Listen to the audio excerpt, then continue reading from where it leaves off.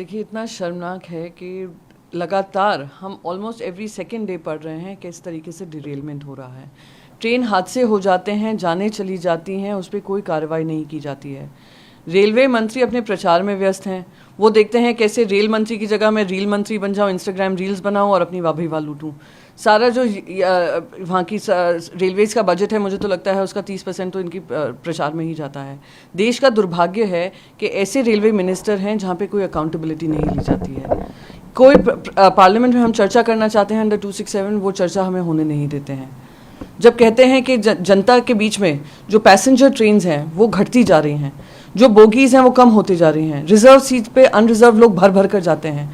बिहार, उत्तर प्रदेश, झारखंड, छत्तीसगढ़ से जो ट्रेनें चलती हैं, निकलती हैं, आपको उनका हाल देखना चाहिए।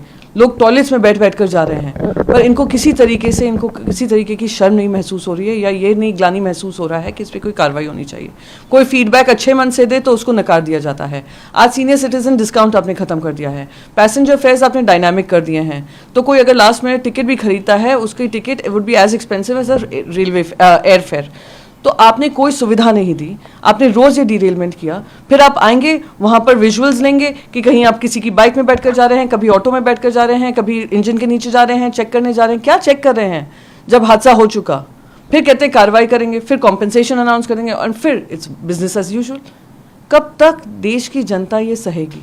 कब तक देश की जनता प्रधानमंत्री से ये उम्मीद रखेगी कि प्रधानमंत्री जी, आपके कैबिनेट में ऐसे मंत्री बैठे हैं जो काम नहीं कर पा रहे हैं, जिनको जिम्मेदारी तो बहुत सारी, इतनी सारे उनको पोर्टफोलियोज दिए हुए हैं। How can he do justice to the railway ministry कि safety and security has been thrown out of the window?